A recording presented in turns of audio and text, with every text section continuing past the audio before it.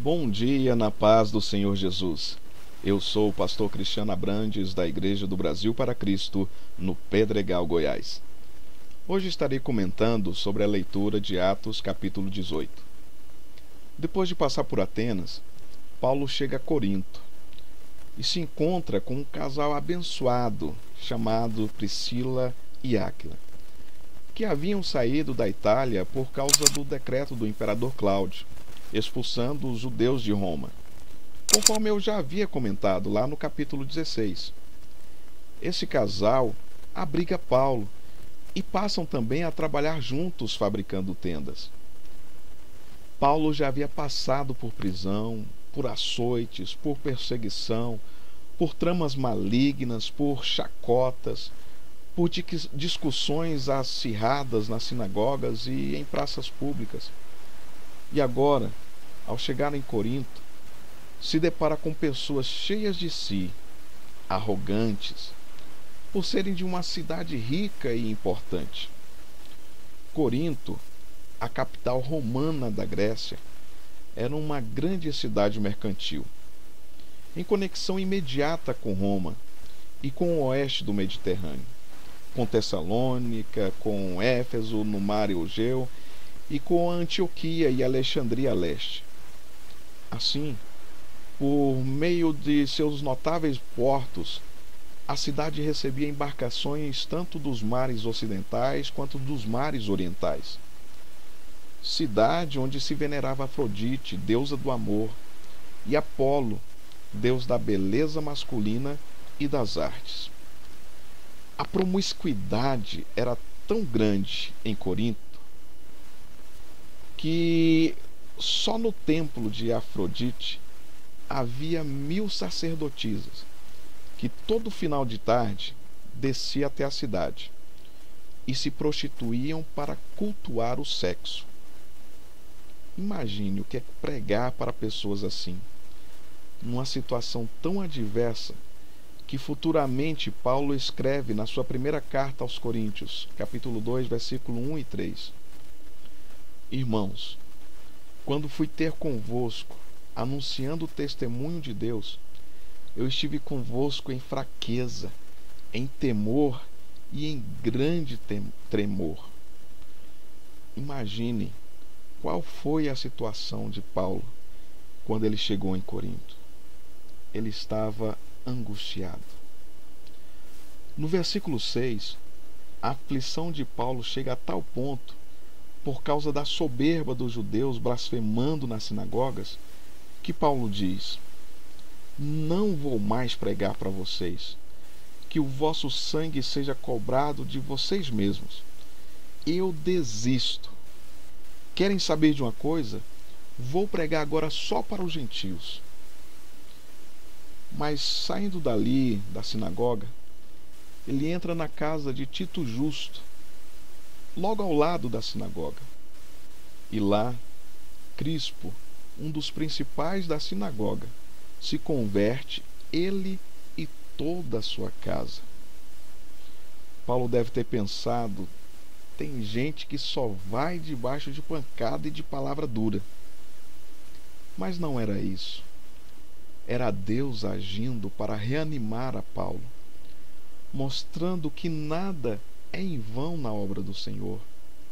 No versículo 9, o Senhor fala com Paulo em visão: não temas, mas fale e não te cales.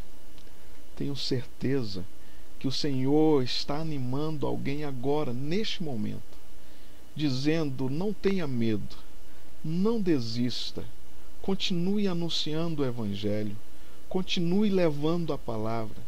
Você pode até imaginar que o coração de quem te ouve é duro, mas é o Espírito Santo que convence o homem do pecado, do juízo e da justiça. Creia, a salvação virá. Paulo foi tão fortalecido que permanece em Corinto 1 ano e meio, ensinando a palavra de Deus. Alguns outros acontecimentos sucederam. Paulo é levado por um grupo de judeus diante de Gálio, governador da Acaia, estado a qual a cidade de Corinto fazia parte. Paulo não precisou nem abrir a boca e foi liberado. Deus havia falado para ele anteriormente: eu serei contigo. Mas o povo ficou com tanta raiva que pega Sóstenes, chefe da sinagoga, e dá uma surra em Sóstenes. Talvez porque tivesse deixado Paulo pregar na sinagoga, ou talvez porque tivesse se convertido. Não sei se Sóstenes se converteu antes ou depois da surra que levou, mas sei que ele se converteu. Tanto é que Paulo o menciona em 1 Coríntios capítulo 1, versículo 1, dizendo que ele, Sóstenes, estava escrevendo aquela carta. Depois daqueles 1 ano e meio, Paulo, junto com o casal Priscila e Áquila, pegam um barco para a Síria e depois chegam em Éfeso. Amados, essas viagens não são como as de hoje. Não havia carro ou avião. Eram viagens longas e demoradas. Paulo ficou pouco tempo em Éfeso e logo partiu de volta a Jerusalém e Antioquia. Mas deixou lá em Éfeso Priscila e Áquila. E foi em Éfeso que o casal conheceu Apolo, homem culto, eloquente, conhecedor das Escrituras. Mas o conhecimento de Apolo ia até o batismo de arrependimento ensinado por João Batista. Mesmo assim, Apolo não se considerou ser dono da verdade e, de forma humilde, aceita os ensinamentos de Áquila e Priscila sobre o caminho de Deus, sobre a salvação, sobre Jesus Cristo, seu Messias, sobre ele ter morrido e ressuscitado, sobre o batismo nas águas e o batismo com o Espírito Santo. A partir daí, começaram a viajar juntos e pregar o Evangelho. Isso, meus amados, é o Senhor da seara enviando mais trabalhadores para a sua obra. Nos textos que vimos até aqui, normalmente a igreja cresce, mas passo a passo, pessoa a pessoa, em meio aos problemas que surgem e às mais variadas dificuldades.